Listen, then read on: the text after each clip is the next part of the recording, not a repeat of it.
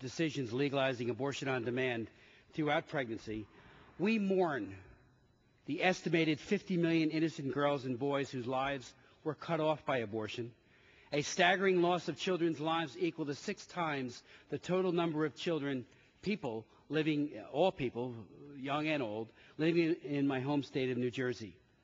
Someday, Mr. Speaker, future generations of Americans will look back on us and wonder how and why such a rich and seemingly enlightened society, so blessed and endowed with the capacity to protect and enhance vulnerable human life, could have instead so aggressively promoted death to children and the exploitation of women by abortion.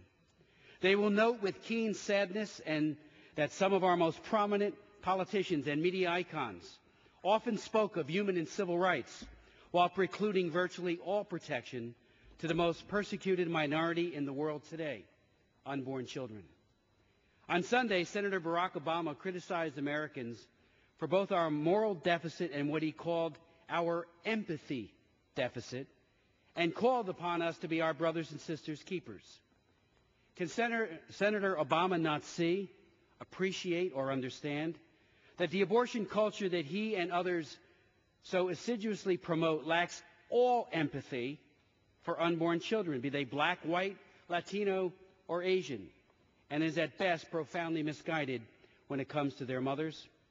Why does dismembering a child with sharp knives, pulverizing a child with powerful suction devices, more powerful than 20 to 30 times the average cleaning machine, vacuum machine, or chemically poisoning a baby with any number of toxic chemicals, fail to elicit so much as a scintilla of empathy, moral outrage, mercy, or compassion by America's liberal elite?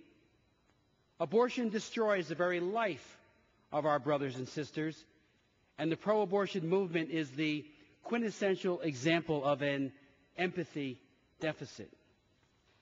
Mr. Speaker, we need to be blunt.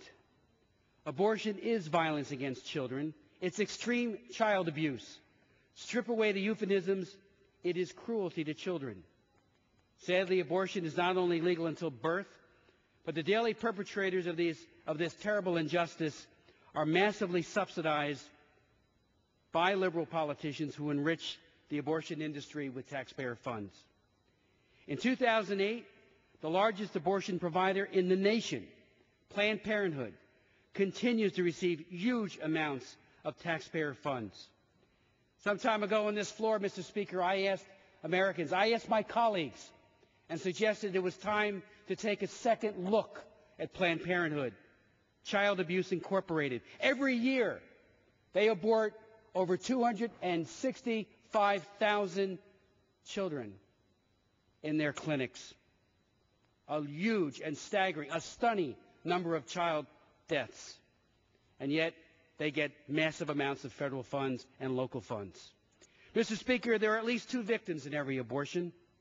It's time to recognize and accept the inconvenient truth that abortion exploits women. Dr. Alveda King, niece of the late Dr. Martin Luther King, has had 2 abortions. Today she has joined the growing coalition of women who deeply regret their abortions and are part of a group called Silent No More. Out of deep personal pain and compassion for others, they challenge us to respect, protect, and tangibly love both mother and the child. The women of Silent No More give post-abortive women a safe place to grieve and a roadmap to reconciliation. And to society at large, these brave women compel us to rethink and reassess the cheap sophistry of the abortion culture. Reflecting on her famous uncle's speech, the I Have a Dream speech, Dr. Alveda King asks us, and I quote her, how can the dream survive if we murder the children? Finally, 35 years after Roe, the pro-life ranks today have swelled with abortion survivors, women who tell their stories with great bravery and candor.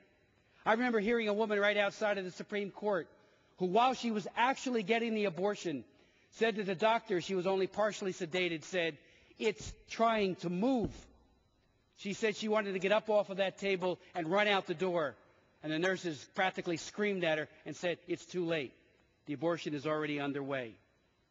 So many others who have actually seen the child after being aborted. Very often they whisk the baby away so that there's no contact made, who then tell the story of the nightmares. Again, the Silent No More campaign helps these women reconnect and find reconciliation and hope for their shattered lives. Today at the March for Life, the ranks of the pro-life movement was filled with young people. I've gone to that march each year for 35 years. I have never seen more young people speaking out passionately, all ethnicities represented, young boys and young girls, teenagers and young adults, who say we are going to be and are the pro-life generation. And they have certainly a reason to react that way. Every third member of their generation has died from abortion. Mr. Speaker, finally, I hope this Congress takes a long and hard and second look at the glib euphemisms that are used to promote abortion, the marketing strategies, the polls that have driven this terrible issue forward, and strip it all away. Look at the deed itself: chemical poisoning, dismemberment. Partial birth abortion awakened at least some members to the cruelty of abortion. Connect the dots. Every method is an act of violence. And again, there are two victims in every abortion, mother and child. I truly believe that united in prayer, united in fasting, and with a lot of hard work, just like the abolitionists of old, who said that you cannot discount the humanity of people because of the color of their skin, well, the dependency or the immaturity of a child also should not become a disqualifier. America's dark night of child slaughter will someday, and someday soon, Mr. Speaker, come to an end.